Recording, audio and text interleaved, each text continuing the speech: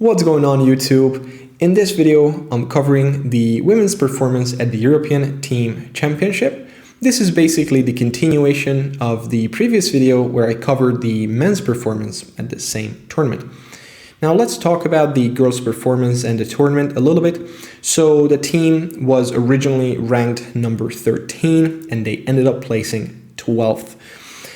Well, it's not that great, but it's also not too bad. I mean, they beat the weaker teams, but they lost to, the stronger teams, so I guess it's normal. Obviously, we could have done better, but it is what it is. Now, just like in the previous video, I collected 7 games, 7 interesting moments and tactics that hopefully we can all learn from. So yeah, without further ado, let's start with the first one. All right, here we go. So this is round 1 and Hungary is playing against Portugal. And this is a game between Silva Mariana and Nomin Erdene. And we are playing black. So of course, I am showing all the games from Hungary's perspective. So what can we tell about this position? Well, this position, to be completely honest, it just sucks. The position doesn't look very great. Honestly, we have a worse position. Opponent's pieces are quite strong. Opponent has some weaknesses, but we also have a weakness on d5. But because the opponent has the bishop pair in a fairly open and dynamic position, I would say that white should be clearly better here. But of course, there is room for improvement, and there is room for tactics, and that is exactly what happened. So Nomin played the move 8-6, which is a sneaky move because opponent has to make a decision, and whenever there's a decision to be made, well, there's also a chance for a mistake. So 8-6, now opponent should have taken on e7, and after knight takes e7, opponent drops back to, let's say, to d3, and honestly, again, the position looks, well, how to say this, but it doesn't look very appetizing, to put it mildly. But luckily, the opponent played bishop h4, which is a blunder, and if you want, now you can stop the video and find the solution here. It's fairly easy. Black to move and win. Okay, if you stopped it and you thought of the move knight takes d4, c takes d4, knight f5, your solution is correct. Well done. And this is a double attack, but not just any double attack. So the problem with this is that now everything is hanging, not just the bishop and the pawn, but after bishop g3 and knight takes d4, now again it's a double attack because both the queen and the bishop are hanging. So queen takes d5, although there was one extra move that was really important to play. That was rook d8, a beautiful, beautiful in-between move. And after queen c5, now I can take with the queen, and basically we are up a piece and game is over. And it was so game over that white actually resigned here. So pretty good start. All right, let's move on to the next game. And in the next game, we are still in round 1, and again we're still playing against Portugal, and this is a game between Valente Sofia and Caraccio Nicota. So I'm showing you the full game here because it's going to be a short game, and it just goes to show you the the power of good preparation, and showing you the power or the lack of power of knowing or not knowing the opening theory. So let's start. d4, knight f6, c4, and Kota chooses c5, d5, and surprisingly b5, the Benko gambit. C takes b5, a6, b takes a6, and e6. So that's the modern way of handling this line. Of course, the old school line is like g6 or bishop takes a6 immediately, but this is the newer, let's say newer stuff. e6, knight c3, e takes d5, knight takes d5, and even within this line, this bishop e7 is another new way of handling this opening. Very sneaky move actually. Now, if I want to be completely honest, I think with precise play, white should have a small edge, you know, after the opening phase, but okay, white obviously needs to play precisely, but I'm sure Kota was well prepared here. The best move should be knight takes c4, queen takes, knight takes e7, excuse me, knight takes e7, queen takes e7, and then e3. And of course, you know, black still has reasonable compensation here because black is ahead in development, but white should, again, as I said, should retain a small edge.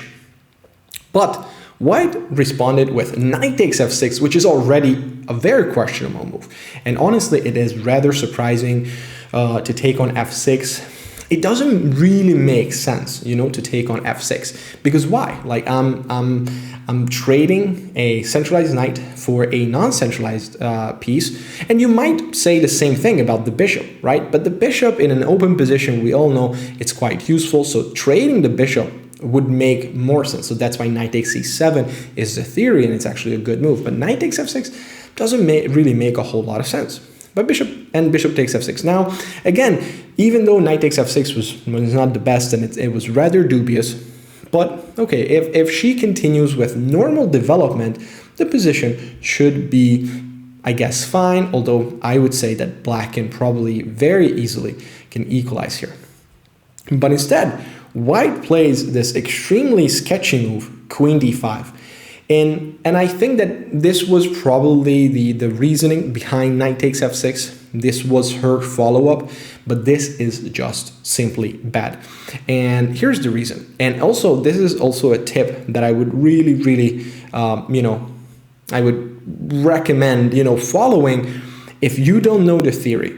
Right? If you don't know really what's going on, you're either surprised or you've never seen this before, don't go for like the craziest moves, right? Like just play it safe. I feel like, you know, if you're in, especially in an opening like this where everything is hanging, like it's such a chaotic position, why would you go for something so, you know, I don't know, so sketchy, or you could say aggressive, or whatever you want to call this, right? It just really goes against the principle. And of course, if something really goes against the principle, it's usually not that great. So of course, Kota develops with the knight, awesome move, e3. And now, here she castled. I like the move. I think castling is fine.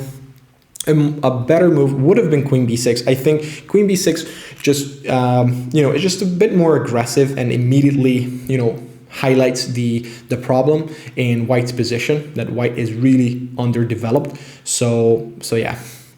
But okay, castle is of course a very logical move. Now white here, maybe here, only here, could actually take on c5, maybe. I feel like, you know, black's position is still fine here, and there's a super interesting move, which is rook takes a6. Rook takes a6 is interesting because it's an exchange sacrifice, but if you take on a6, I don't know, I take back with the bishop, you can castle, the light squares are super weak, I followed up with a knight e5, go to d3. I feel like, you know, that position is very uncomfortable to play, let's put it that way. But okay, instead knight f3 happened, and now Kota played queen b6, which is a great move. And I feel like now white pretty much has to play only moves, otherwise it's just game over very quickly. And so queen b3 would have been, I feel like, the only move, but even after queen b3, we should have already a better position. Okay, but of course the game still continues here. It's relatively normal gameplay. White could technically survive this, but instead white goes and plays bishop d3. Now bishop d3 is pretty much a losing move. Why? Because Kota takes advantage of it very nicely. Knight to b4, really good attacking move. Of course, recognizing that the rook on a8 is somewhat irrelevant because white is so underdeveloped. King is still in the center. It's time for some sort of a punishment. Bishop takes h7, king takes h7, queen takes a8, but after bishop a6, it's a really nice game. Obviously, you know, opponent was not playing too well, to put it again mildly, but that doesn't take away from Kota's performance. She's playing well, but this is basically just game over. Opponent took here, and after queen b5, I mean, it's time to resign because there is going to be a checkmate.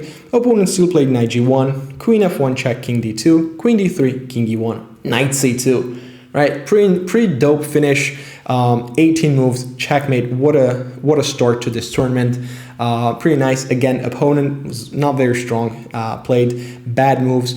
Really, just a super typical example of going against the principles. That's, it doesn't get you far.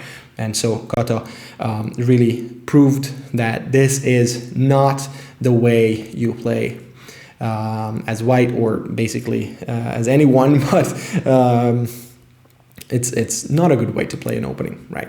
All right, let's move on to the next game. And this is round 3. We are playing against Georgia, but the third team.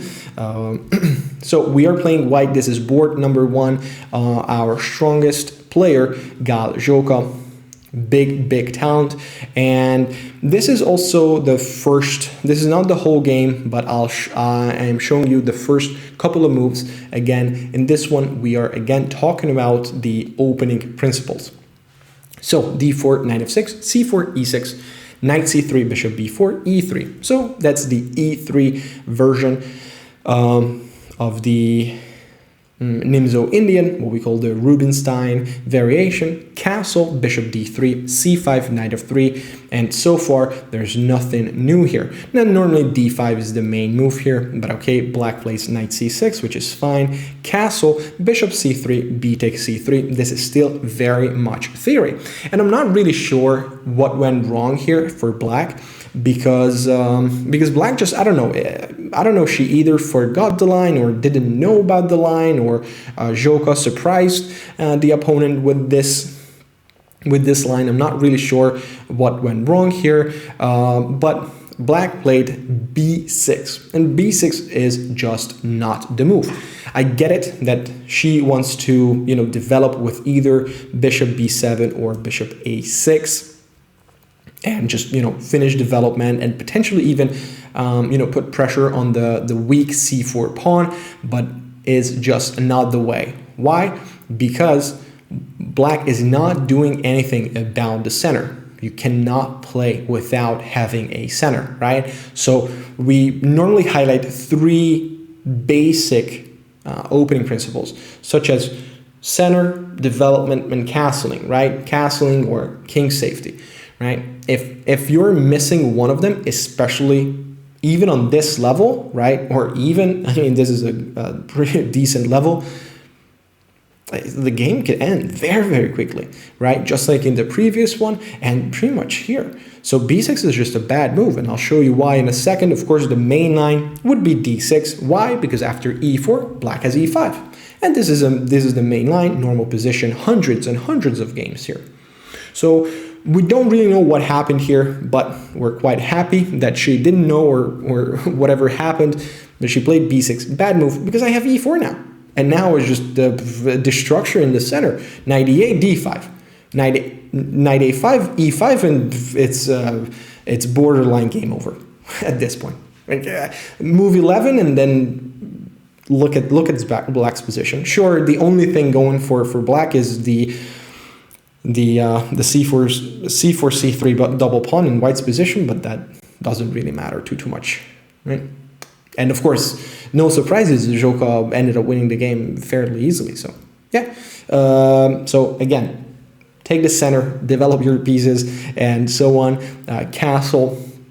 And as you can see, we're talking, okay, the previous game was, okay, white was only a 1900 player, but still, as you can see, Kirtadze, Anastasia, she's over 2300, right? And the 2300, you would expect, at 2300 to take the center, to develop normally, and so on. But they don't, or at least not always. So keep that in mind, and maybe that gives you the confidence to, hey, that you can do well. All right, let's move on to the next game. Alrighty, so this one is again a Karachonyi Koto game. We are playing black. This is again the third round, or still the third round. We are still playing against Georgia, number 3, or the Georgian third team.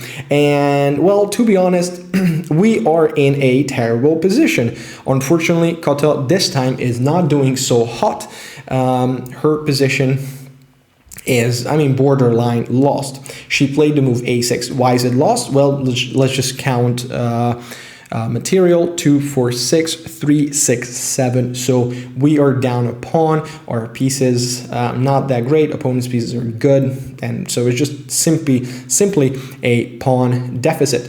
But of course, tactics are something that we constantly, and I truly mean it, constantly have to pay attention to, and we gotta be, you know, vigilant of those little tactics and these small little moments. White played the move f4, which is basically just a blunder. Now, White could still, you know, claim a little bit of an edge, but now this is already a bad move. Now, again, if you want, you can stop the video and, you know, find the solution for yourself. Again, not very difficult, but still. All right, now if you stopped it and your solution is knight takes f4, then you have done a very good job. Of course, beautiful tactics. Why? Because after queen takes f6, I have the in-between move check again. Knight takes e2, and then knight takes f6.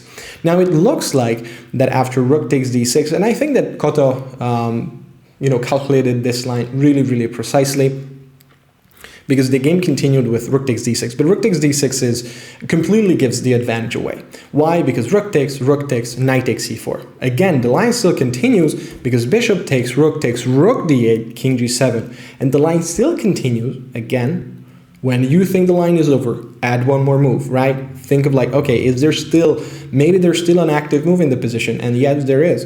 Why? Knight c3, rook e3, the game still continues. Rook is hanging, the knight is hanging, knight e1, rook e1 check, king f2, and I can keep on attacking the knight, and the game should be a draw, and of course the game ended in a draw this way. Now there were still moves, but that's pretty much the gist of it.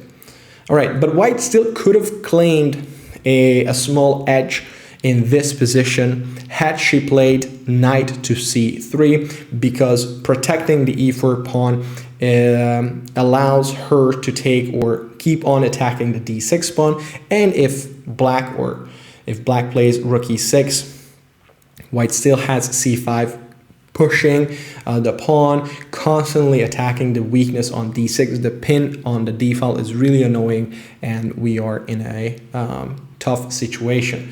Obviously, it's better than the original position, but this is still a little bit worse. But as usual, right, when we start to go downhill, then it's hard to stop, right, and it's hard to recover. So that's also, if you're an over the board player now. Online, it's a little bit different because there's no really time to recover. But if you're an over the board player and you know you're competing in a classical tournament, so classical time control, when you blunder, try to recover. Of course, just wash your hand, try to recover, and start fresh, right? And try your best to calm down. And you're like, okay, well, I blundered. It's time to get back and again achieve the good position. So that didn't happen. Good for us. Kota survived this game. All right, let's move on to another one. Now this one is round 7. We jump quite a few rounds here. And again, we see a Nomin game. And we are playing against Armenia, a strong team. Now, we are in this position. This is move 13. Opponent, of course, a strong player, over 2,300. This position is still very much theory, and White follows the theory with bishop d3. And I'm not sure, again, what went wrong here. I don't know whether Nomin knew the theory or just, you know, guessed or forgot. I'm not sure what happened here. She knew that the d7 knight has to be moved in order to develop the bishop and potentially castle long and finish development that way. But unfortunately, she picked the wrong one. because she played knight b6, and that is not the correct move, unfortunately. The correct move would have been knight f6, and after castle, bishop e6.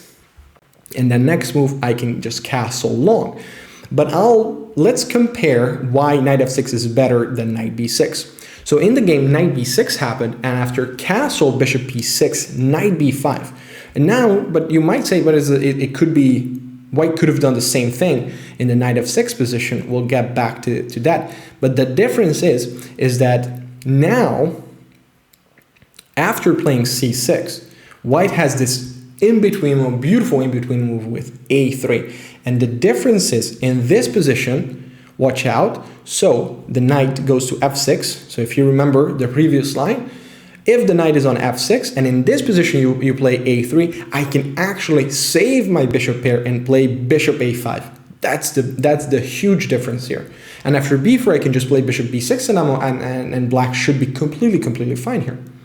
So that is the big difference.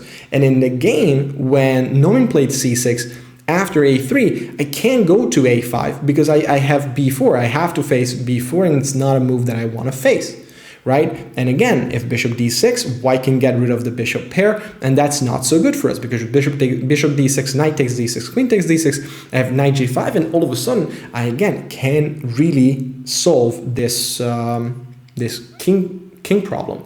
My king is still in the middle. I can't put it to safety. I can't connect my rooks because, of course, long castle is meant by simply knight takes f7, and we're down a pawn. So yeah, that was the problem. Now here again, knight f6 was the theory. There are still games here after knight f6, and black should be fine. Of course, still a very complex position after knight f6, but this is the theory. We must know it, right? There's no way around it, especially on this level. There's just simply no way around it. You gotta learn your stuff. You know, if you remember some of my previous videos, I mentioned this quite a few times. You just gotta know your stuff. Know your stuff. It is what it is. So yeah. Now here, she could have still played long castle. Maybe that would have been better to sack the pawn here. King b8, knight b5 back, but at least I have bishop g3. I can at least keep the bishop pair around. I do have some compensation here. Now, if I was white, I would probably actually take on d6. I would still, I would pretty much enjoy taking the bishop pair off the board, and rook takes d6, knight g5, and white could, in my opinion, still could claim a little bit of an edge here. But this is still, I would also, say that this is still somewhat of a playable position. But, she played c6, and after a3, she just found herself in this awkward position, and we lost the game. Hungary lost the game. Nomin lost here, unfortunately. Well, yeah, know your theory. All right, let's move on to the next one. This is the same round, again, a kata game. So I try to collect all kinds of games, but the important ones, where we can actually learn some stuff and some fun moments. And Kotel had quite a few, of course. That is mainly thanks to her style. Like, she has a very aggressive attacking style, so that's why I'm guessing. And this is a very, very painful game, to be honest. So this is a game that we lost and that we should have not lost. All right, so the position here is fine, completely fine. Actually, I like black's position here. Kota is playing white. This is only move 14. The position is somewhat equal, or maybe black is even better. Either way, black's position is fine. And she plays b5. Aggressive move. I like the move, of course, opening the b file, semi-open b file, helping the bishop, rook, and bishop working together. Awesome stuff. And now here, white wants to get rid of the active knight on g4, and also by kicking the knight back with h3, it also blocks the bishop. But here we go. And now Kota plays a really nice move. I love the move here. She plays b takes c4. Super active, very brave chess. I love it. This is how the chess, the game should be played, right? Very active, brave, fearless, awesome stuff. H takes g4, rook takes b4, bada bing, bada boom, queen d1, c takes z3. Everything is falling apart. Beautiful chess, beautiful chess. Now, and also, like, even material-wise, we got 3 pawns for the piece. This is awesome. Not just 3 pawns, but activity, attack, initiative, you name it, whatever. Knight c3, bishop d4 check, king h2. Now, bishop d4, this is very typical, right? We covered that a7 g1 diagonal. All of a sudden, if the h file opens up, it's game over. What does Kata do? h5. Beautiful move. I like it. I love it. g5. Now, king g7, right? So she wants to just open, and whatever it takes, I just want to open the h file. Awesome stuff. a4, h4, beautiful stuff. Knight b5, h3, fantastic. Like, she plays like a maniac in a good way, right? If the bishop moves away, I can play bishop e3, create the pin, and that's game. King h3 happened. Now rook h8, but king h3 is more like suicide, but whatever. King g4, and now this is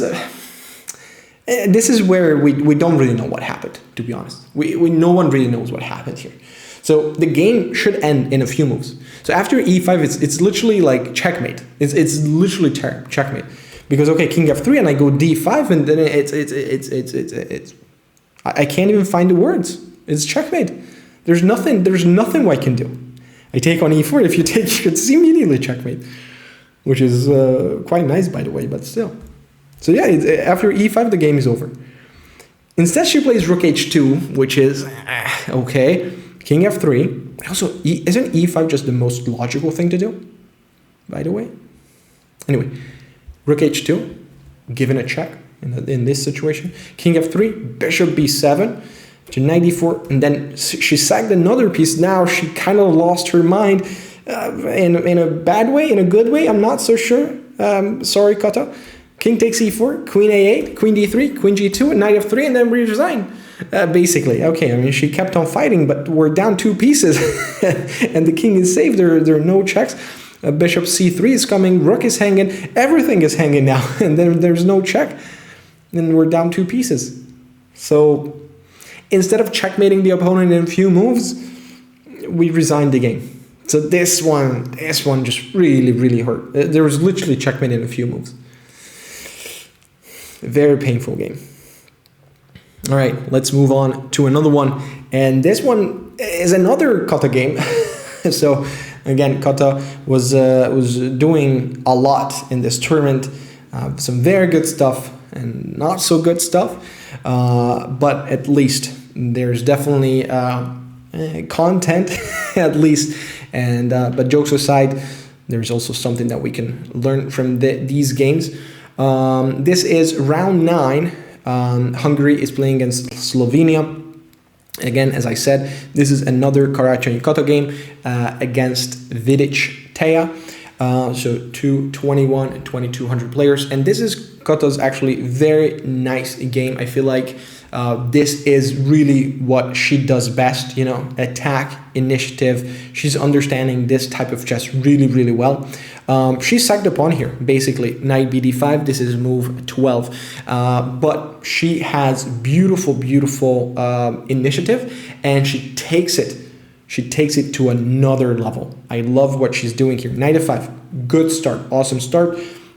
Of course, moving forward, centralizing, or the centralized knight goes to an even more active square. Knight f5, great, c6. And now the next move, I feel like it should be, I don't want to glaze this too much, but it's a fantastic move. I love this. It's a very systematic, move. Rook a3. The standard rook lift, but it's just such a clever idea. I love it. Rook a3, immediately bring the rook to g3, f3. It's just good chess. This is great chess, actually. Queen d3, rook f3, queen d7, rook f3, king h8, queen d4, centralizing everything, and this is just good. This is good stuff. Now knight e8, and the game should be over here, to be honest. Now she played bishop d5, and she ended up winning the game. This was fine. Bishop f6, queen g4, so on and so forth. She ended up winning the game. Actually, I'll show you how. Boom, knight e3. Again, bishop g5 here was faster, but okay. Knight e3, bishop g7, queen g5, and then later she won the game, right? But this wasn't. So the finish could be improved, because here she has a forcing win. Now there is no point, being fancy here. You have all the right pieces, right? You don't need to improve it any further. Just kill the opponent. Knight takes g7. Knight takes g7. Bishop a6. Bishop f6. Rook takes f6. Queen takes f6. Boom. Rook g8. Rook e1. Now I just go rook e7. Rook e8. Takes. Bishop e3. Really nice. Threatening queen h6. Queen e4. You want to defend with queen h7, but I go queen d3. And bada bing, bada boom, game over. Queen h4 is also a problem. Queen h4, queen h6. It cannot be stopped. Game over. Black resigns immediately. Now, luckily for us, Kata ended up, winning the game and managed to convert this winning position into an actual full point, but could have been done faster. But either way, I really like the way she orchestrated this whole attack. Knight f5, rook left, every piece is just coming. Really good gameplay. Really good gameplay. All right, and that's pretty much it. We are back at the first game, the no man's game. So we've seen this one. All right, that's it for these games, and that's it for this video. I hope you guys liked it. Hope you enjoyed it, and as usual, hope you learned something. And yeah, I will see all of you in the next video. Take care, guys.